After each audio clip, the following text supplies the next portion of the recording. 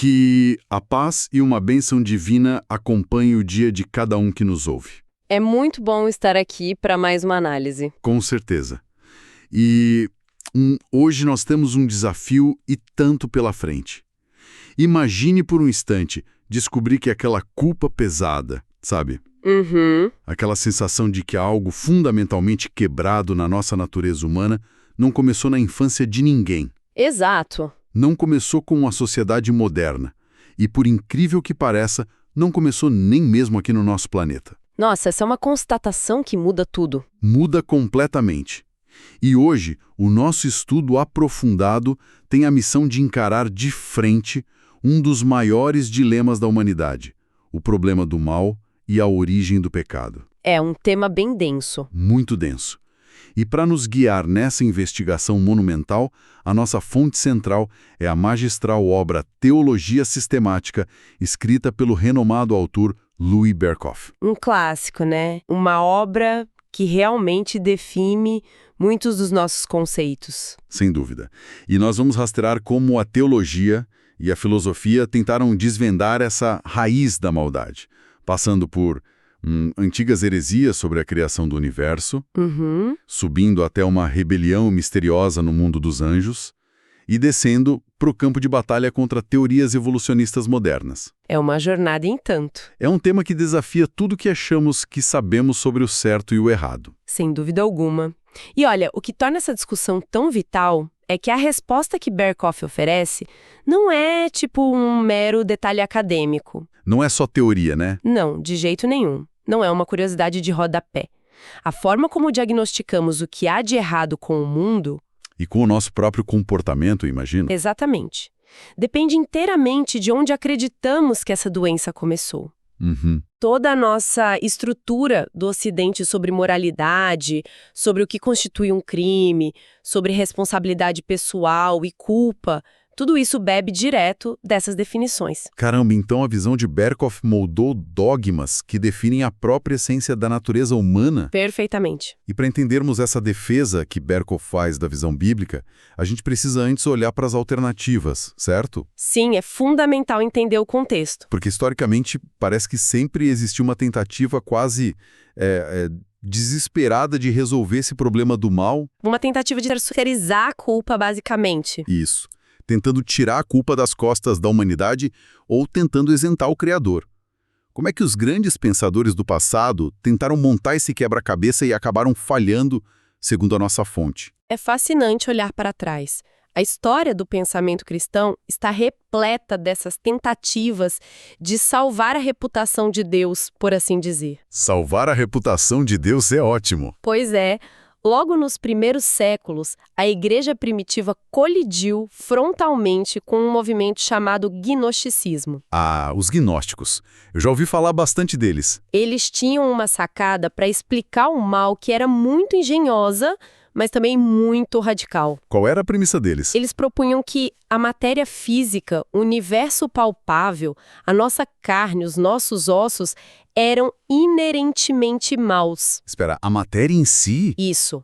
Eles acreditavam que o mundo material não tinha sido criado pelo Deus supremo e perfeito, mas por uma divindade inferior, um ser ignorante ou falho, que eles chamavam de demiurgo. Peraí, deixa eu processar isso. Se a premissa é que a matéria em si já é um erro, uma criação de um ser inferior, isso significa que o simples ato de existir em um corpo biológico já seria considerado um pecado. Essa é exatamente a consequência lógica. Mas se a resposta for sim, isso joga a responsabilidade humana pela janela. Vai direto pelo ralo. Nossas escolhas diárias perdem totalmente o peso, porque se a culpa é da biologia ou, sei lá, das moléculas do universo, não existe ética. Existe apenas um defeito de fábrica. É precisamente por isso que essa visão foi rechaçada pela ortodoxia. Faz todo sentido. Berkhof aponta com muita clareza que o gnosticismo priva o pecado do seu caráter voluntário e ético. Claro, deixa de ser uma escolha. Exato. O mal deixa de ser uma rebelião moral e passa a ser apenas uma condição física inevitável. E ninguém pode ser culpado por simplesmente ter um corpo físico, né? Seria uma injustiça absurda. Mas e aí? Como eles tentaram resolver esse buraco ético mantendo a ideia do livre-arbítrio? Aí entra um pensador clássico chamado Orígenes. Ah. Ele elaborou uma teoria que é, olha, fascinante. É conhecida como pré-existencialismo. Nossa, essa teoria é um verdadeiro roteiro de ficção científica teológica, né? Demais. É muito imaginativa. O Orígenes sugeriu que as almas humanas não começam a existir no momento da concepção. Elas já estavam por aí. Isso. Elas já existiam antes, num reino espiritual, muito antes de nascerem neste mundo físico. Tá, e o que aconteceu lá? E nessa existência anterior, essas almas teriam pecado voluntariamente. Ah, entendi a jogada. Aí, como consequência desse pecado prévio, ou como uma espécie de reabilitação, elas teriam sido enviadas para habitar corpos materiais neste mundo. Já chegando aqui decaídas. Exatamente. Já chegando com a ficha suja. Certo. Vamos empacotar isso. Eu entendo perfeitamente a tentativa do Orígenes e tentar salvar a ideia de que a escolha foi nossa. A intenção era boa. Mas na prática, é como se nascêssemos e já começássemos o jogo da vida com a conta bancária no vermelho. Nossa, é bem isso. Por causa de um empréstimo gigantesco que fizemos em outra dimensão de um banco que nós nem sequer lembramos de ter entrado. É uma excelente analogia. Como é que isso preserva a responsabilidade real? Acaba soando como se nossa vida atual fosse apenas o cumprimento de uma sentença de prisão, sem que a gente tenha qualquer consciência do crime que nos colocou aqui. E o seu questionamento é exatamente o calcanhar de Aquiles dessa teoria. As dificuldades lógicas de ser punido por algo que você não lembra. É quase uma crueldade. Sim, tornou a visão do Orígenes inaceitável.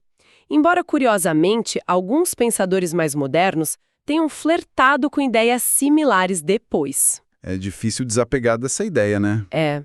Mas a Igreja precisava de uma explicação que ancorasse o mal na história humana real e mantivesse a responsabilidade intacta. E isso desembocou no épico debate sobre o papel do primeiro homem, Adão. Ah, o debate de gigantes. Quem estava nessa arena? De um lado estava Pelágio. Ele defendia que não há absolutamente nenhuma relação vital entre o primeiro pecado de Adão e o resto da humanidade. Espera, nenhuma relação? Nenhuma. Para Pelágio, todo ser humano nasce como uma página em branco perfeitamente neutro. Tá. O pecado de Adão prejudicou apenas a ele mesmo e serviria, no máximo, como um mau exemplo para a gente. Olha, essa é uma visão que soa muito confortável para o pensamento moderno, diga-se de passagem. Muito. A ideia de que somos os únicos donos do nosso destino. A ideia de que começamos do zero, né? Mas quem estava do outro lado do ringue enfrentando Pelágio? O peso pesado Agostinho. E a visão dele foi a que fundamentou toda a teologia ocidental. O que ele dizia? Agostinho argumentou que toda a humanidade pecou em Adão. Por sermos todos descendentes dele, existiu uma solidariedade tão profunda que a culpa e a corrupção daquela primeira transgressão foram herdadas por todos nós. Nossa. Não somos páginas em branco, nascemos já com uma inclinação irremediável para o mal. Deixa eu ver se eu captei a essência da coisa, porque deve ter havido gente tentando achar um meio termo, né? Para não assumir um peso tão gigantesco assim. Sempre tem quem tenta suavizar. Porque herdarmos a culpa por um ato que não cometemos pessoalmente soa bem indigesto para o nosso senso de justiça individualista atual. Houve alguma tentativa de amenizar isso? Sim, claro. Houve um movimento dos chamados semi-pelagianos. O que eles propunham? A tentativa de equilíbrio deles era dizer o seguinte: olha, nós herdamos sim a corrupção de Adão. Tá. Herdamos a fraqueza moral, a doença, a propensão para errar, mas não herdamos a culpa legal por aquele pecado original. Ah, entendi a diferença. Isso. Ou seja, nascemos doentes, mas não nascemos condenados. É uma distinção sutil, mas importante. Sim. Porém, para a teologia sistemática de Berkhof, que é o nosso foco, essa divisão simplesmente não se sustenta. Por que não? Porque se há uma corrupção inata que invariavelmente leva ao pecado, a conexão legal e representativa com Adão é inevitável. Uma coisa puxa a outra. Nós descartamos a ideia de que o universo material é mau por natureza. Certo. E se a gente refuta a teoria de que pecamos flutuando por aí em vidas passadas invisíveis, e fixamos o foco na queda no Éden, de onde veio a ideia do pecado em primeiro lugar? Essa é a grande pergunta. Porque o mal não brotou do chão do paraíso como uma erva daninha aleatória. A resposta para a origem do mal nos joga para os bastidores cósmicos, não é? Exato. Nos leva para fora da esfera humana. E antes de avançar, Berkhoff estabelece uma linha vermelha que é intransponível. Que é qual? Deus não é, sob nenhuma hipótese, o autor do pecado. Isso tem que ficar muito claro. Muito claro. Qualquer sistema filosófico ou teológico que caia no determinismo e coloque a culpa no Criador é sumariamente rejeitado. Perfeito. Deus é infinito em santidade, ele não pode ser tentado pelo mal e não tenta ninguém. Fazer do Ser Supremo a fonte do mal violaria a lógica da sua própria natureza. E destruiria também a validade da consciência humana, né? Que sempre aponta para a responsabilidade das criaturas. Exatamente. Portanto, se Deus não criou o mal e a humanidade já esbarrou com ele lá no Éden, a verdadeira origem antecede a raça humana. Aconteceu no mundo angélico. Precisamente. Olha, aqui é que a coisa fica realmente interessante, mas também levanta a maior dúvida de todas na minha cabeça. Manda. A fonte relata que legiões de anjos caíram porque abandonaram o seu estado original, certo? Uhum. O motor dessa queda foi o orgulho, o desejo de usurpar a autoridade divina. Mas eu preciso ser o advogado do ouvinte agora. Vamos lá. Isso soa como um paradoxo quase insolúvel. Se os anjos foram criados em um ambiente de perfeição absoluta... Sim, com uma natureza imaculada. E não havia nenhum diabo externo para sussurrar tentações nos ouvidos deles. É verdade. Como é mecanicamente possível que o mal tenha surgido do nada, dentro de mentes perfeitamente santas? O livre-arbítrio por si só é uma máquina de fabricar o mal. Olha, essa é possivelmente a pergunta mais profunda da teologia sistemática inteira. E é fascinante notar a honestidade intelectual do Berkhoff aqui. Ele tenta explicar a mecânica disso. Não. Em vez de inventar uma mecânica mirabolante e forçar uma resposta, ele admite categoricamente que isso é um mistério insondável. Ele reconhece o limite. Sim.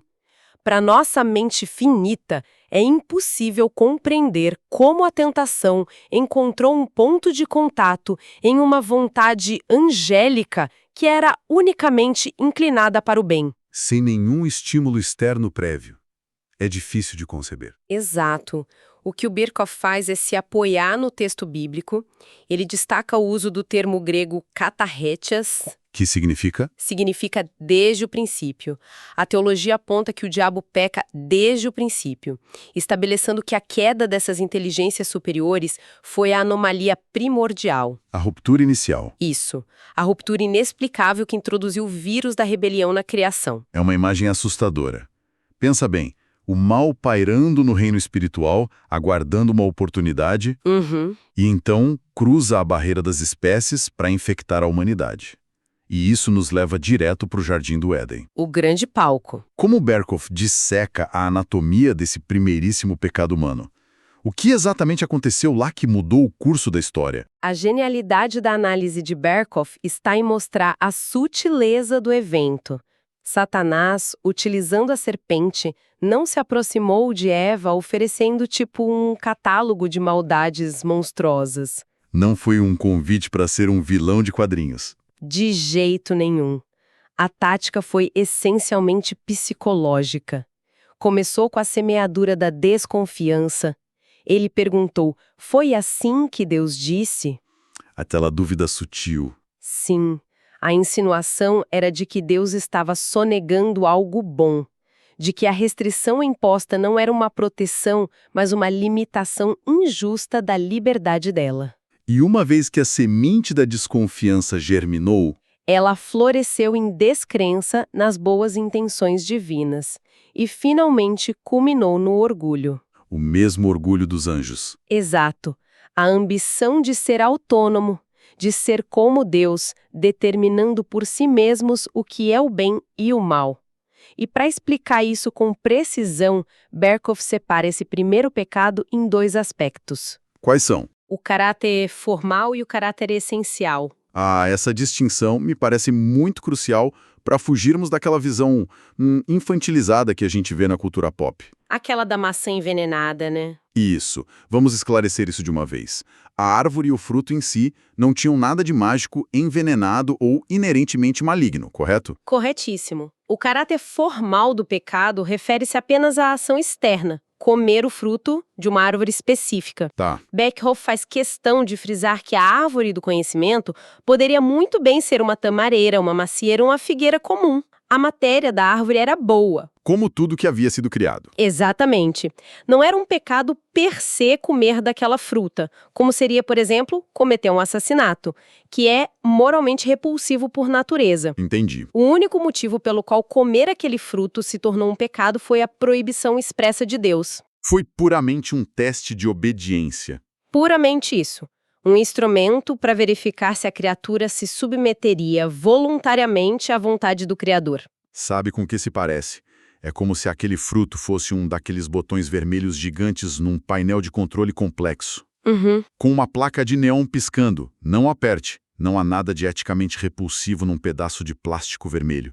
Verdade. Apertar botões não é um crime universal, mas quando você tem uma instrução clara do construtor da máquina para não tocar naquilo, e você vai lá e aperta... Você está desobedecendo diretamente. Sim, você não está apenas testando o botão. Você está fazendo uma declaração muito ruidosa. A partir de agora, eu assumo o comando da nave. As minhas regras, a minha jurisdição. Essa é uma excelente forma de visualizar o problema. E isso nos leva ao caráter essencial do pecado, que foi exatamente essa postura de franca oposição a Deus. O problema nunca foi a gula por uma fruta suculenta. Foi a declaração de independência. Exato.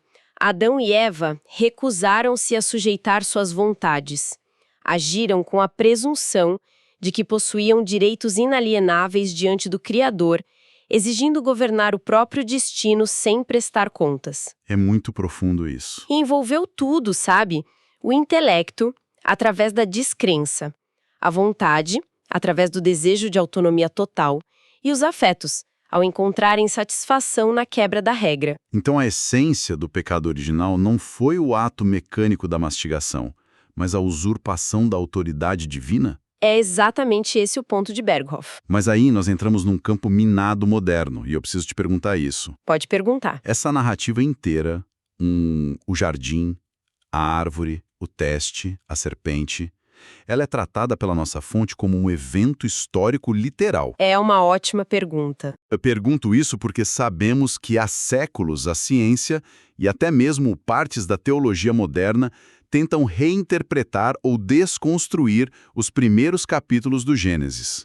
Sim, é uma tensão constante. Como Berkhoff se posiciona no meio desse fogo cruzado? Ele é absolutamente inflexível na defesa da literalidade histórica do Éden. Ele enfrenta basicamente duas frentes de ataque modernas. Qual é a primeira? A primeira teológica, liderada por nomes de peso como Karl Barth e Emil Brunner. E o que esses caras propõem? Eles argumentam que a criação e a queda não são relatos de eventos que aconteceram no tempo e no espaço. Não haveria como registrar isso com uma câmera, sabe? Para eles, a narrativa bíblica é uma espécie de mito profundo, ou o que eles chamam de superhistória, traduzindo do termo alemão Urgeschichte. Superhistória. Deixa eu tentar traduzir isso para ver se faz sentido prático para quem está ouvindo. Vai lá. Então, para esses teólogos, a história de Adão e Eva não é sobre um casal lá no Oriente Médio, num passado distante, mas sim uma metáfora espiritual complexa. Uma fábula que ilustra a condição humana atual, mostrando que todos nós temos essa propensão de nos afastar da luz, mas sem que tenha existido um momento de queda histórica real. É exatamente isso.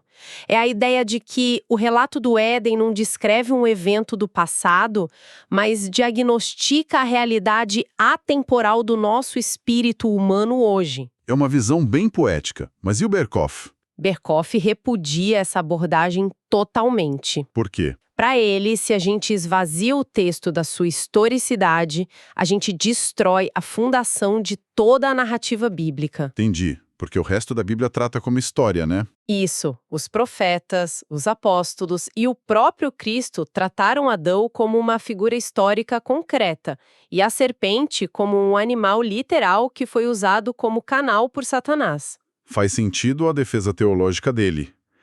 Mas e a segunda frente de ataque?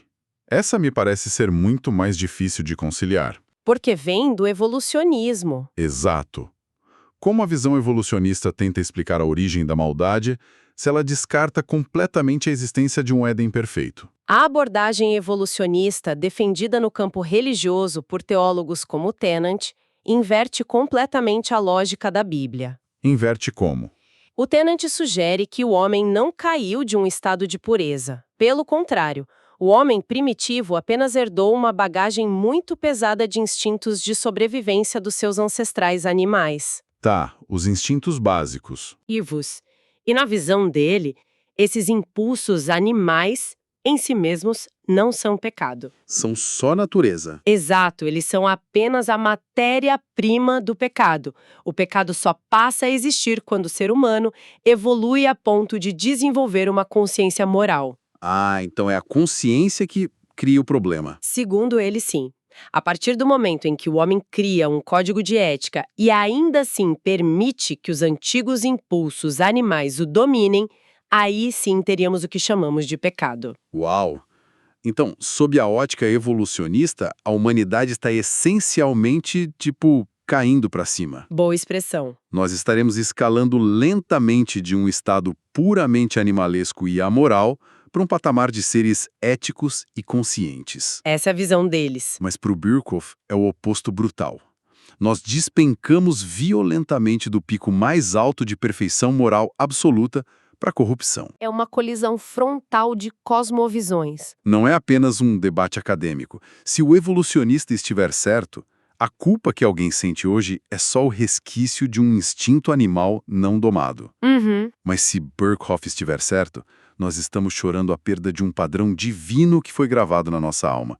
Como a nossa fonte refuta essa ideia evolutiva? Birkhoff argumenta que a visão evolucionista destrói a própria espinha dorsal do cristianismo. É um golpe fatal. Total. Se o pecado é apenas um atraso na evolução, um instinto que ainda estamos aprendendo a domesticar, então toda a linguagem bíblica de redenção e arrependimento perde o sentido. Fica inútil. Sim, pense na angústia do salmista bíblico quando ele clama: "Em pecado me concebeu minha mãe". Uma confissão fortíssima. Aquilo é o grito de um coração contrito, reconhecendo uma corrupção profunda, moral e espiritual, uma traição contra um Deus santo. Não é alguém reclamando que não conseguiu domar seus instintos biológicos. De forma alguma. Se a teoria do Tennant estiver correta, não há necessidade de um salvador para resgatar o homem da condenação.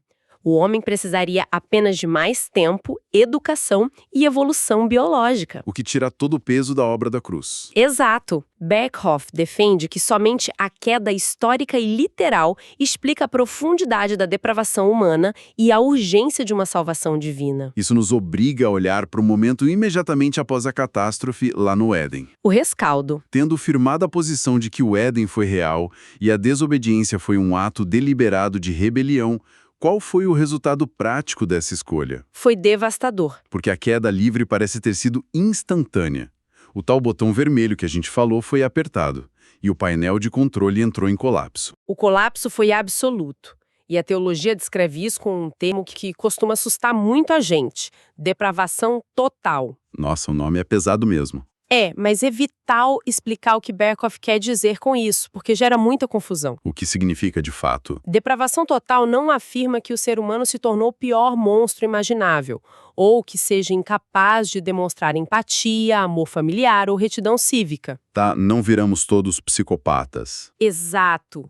O que significa é que o contágio do pecado penetrou em cada canto da nossa natureza. Não sobrou nenhuma faculdade ilesa. Afetou tudo? Tudo.